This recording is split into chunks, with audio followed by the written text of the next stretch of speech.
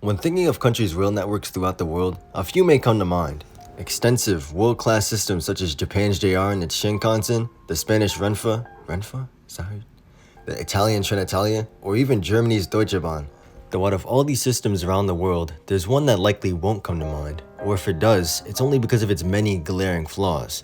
While every system I mentioned has their own flaws, especially Deutsche Bahn, the system in question is always regarded as probably the worst in the Western world. Of course, I'm speaking of America's Amtrak.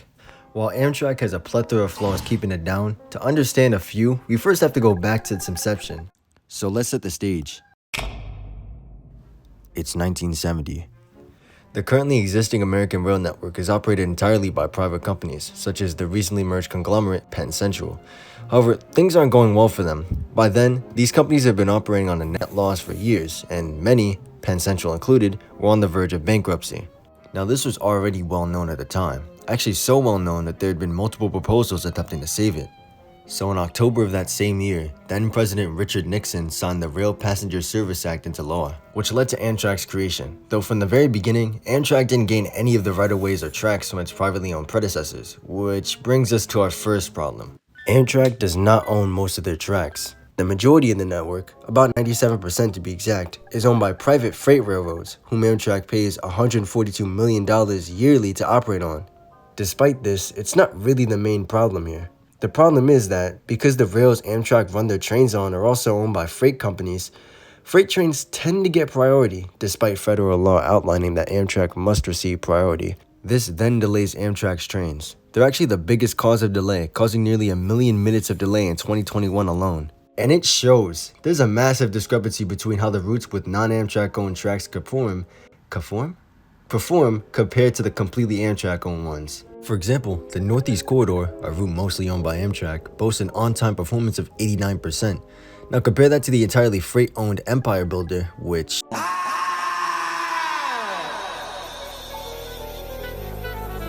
Problem 2.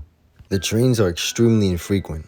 Not only do Amtrak riders have to put up with an extreme amount of delays, upwards of 67 hours, their trains are also almost criminally infrequent. Criminally if people actually took them, but that's a different section. Let's put it into perspective. Amtrak, across their entire network, across the entire continental United States, operates about 300 trains per day. Meanwhile, on the other side of the Atlantic, Deutsche Bahn, the company that runs Germany's rail network, operates 40,000 trains per day. Okay, granted, it doesn't specify this includes their freight network, which they also own because it's worded strangely. So what about other countries? Neighboring France's SNCF, 15,000 trains per day. Spain, 5,000. Even Switzerland's got like 10,000, which is ridiculous because they're like half the size of Maine. Even Britain's got like 2,400 a day, and they're not even nationalized. And remember, we only run around 300 trains per day across an entire continent, most of that service being concentrated in the Northeast. All this highlights a major problem with Amtrak's frequency. While it is true now that not many people take Amtrak trains outside the Northeast, part of the reason is the infrequency there in the first place, though even it takes a backseat to other issues, such as Amtrak is just slow. Did you know that, to keep the prices reasonable, but I'll get to that in a bit, it takes about 3.5 hours to get to DC from New York? Yeah, I wish I didn't either because they're nearly the same distance, actually considerably closer, than Tokyo and Osaka are in Japan. And the train there takes 2.5 hours. Though, admittedly, maybe comparing Amtrak's regional line to the Shinkansen is a little unfair. So what about the train between Rome and Bologna in Italy, which is a distance of 189 miles? About 2 hours. Madrid to Valencia takes less than 2 hours. But that's comparing Amtrak's regionals to other similarly distanced trains, which are high-speed rail. But how does it fare against the other modes? Well, driving takes you slightly more time, and flying is faster, if you're a psychopath. Though it's not just the Northeast Corridor that has this problem. For example, let's check up on that Empire Builder from earlier. Oh, so it takes over 6 hours to go about 300 miles. Also, did I mention your train's delayed by 8 hours? Though back to the Northeast, the alternatives are only faster when you compare them to the Northeast regional trains. In juxtaposition to Acella's the fastest option, which is great, so let's now see the pricing. Oh, well, new problem. Amtrak is expensive. Unless you book like several weeks out, the price of Acela is, for lack of a better word, crazy. For perspective, let's compare NY to DC to Madrid to Valencia. Spain has multiple companies operating this and other routes, and booking 2 days out from running this segment, they're all around $50. Hell, one of them even costs $25. So how does Amtrak fare here? Alright, but there's 28 departures here, and the cheapest ones were $83, and aren't even a seller. Italy's was 68, and the Shinkansen is somewhere around 93. But that's only showing how Amtrak compares to other train networks. Compared to its alternatives, well, take driving, where the cost of gas and tolls out to around $50 for a trip that takes 4 hours. While it is slower, most people would just drive anyway, especially if it's more than one person. Even disregarding cars, buses are almost objectively the better option than Amtrak anyway, with prices being not even comparable to either and being nearly as fast as driving. So after all that, if you need to get to DC from NY or vice versa, Amtrak doesn't really stick out as a go-to option, and this runs along Amtrak's best line.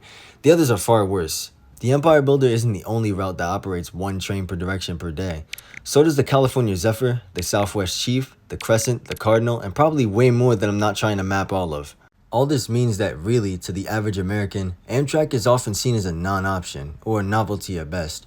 It really points a big spotlight on how badly America's passenger rail network fell to how it is today. In its heyday around the turn of the 20th century, it stood proud as an extensive web of rails tethering the far corners of the continental United States together. In fact, they built up the western half of the country, but after over 120 years and over 182 route closures, it now sits in infrequency, sparsity, and almost irrelevance to the average American. It really doesn't have to be like this. Imagine an America connected by frequent, cheap, and quick high-speed rail that can take you anywhere in the country, and is easily accessible in your city center. The whole country would benefit massively, but that's probably a topic for a different video. Or maybe that's just looking too far ahead. After analyzing just some of the problems afflicting Amtrak, the first step should really be getting it back on its feet, and maybe then we can dream of a brighter future for American passenger rail. That's the end of the script.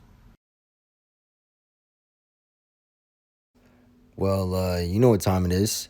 I ran out of rail fanning clips, so tears snow. So yeah, I haven't uploaded in 5 months. And I'm not even sure why myself. Well, besides procrastination, overthinking, laggy After Effects, and so on. But anyways, I did follow up with the style from last video, and I made it entirely in After Effects, but like completely this time. Besides me just stitching the clips all together in the old mobile editor app that I used to make like the entire videos from before. Anyways, I also found a new font. And I've learned so much more about After Effects that you can literally see, like you can tell a difference between the beginning and the end of the video. Like there's an improvement there because that's how long it took. I started in February, bro. Speaking of February, this video was supposed to come out on my birthday, which, sorry about that cut. Whenever a video ends, it likes to cut me off. So anyways, as I was saying, which is in February, but obviously as you can tell, it's not February anymore and it's May. It's 85 degrees outside. Yeah, and then it get pushed back to like March, and then after that eclipse day, but at least I saw the actual eclipse, so there's some sort of silver lining. Speaking of, should I make a new science and astronomy based channel? I've been wanting to do that since I was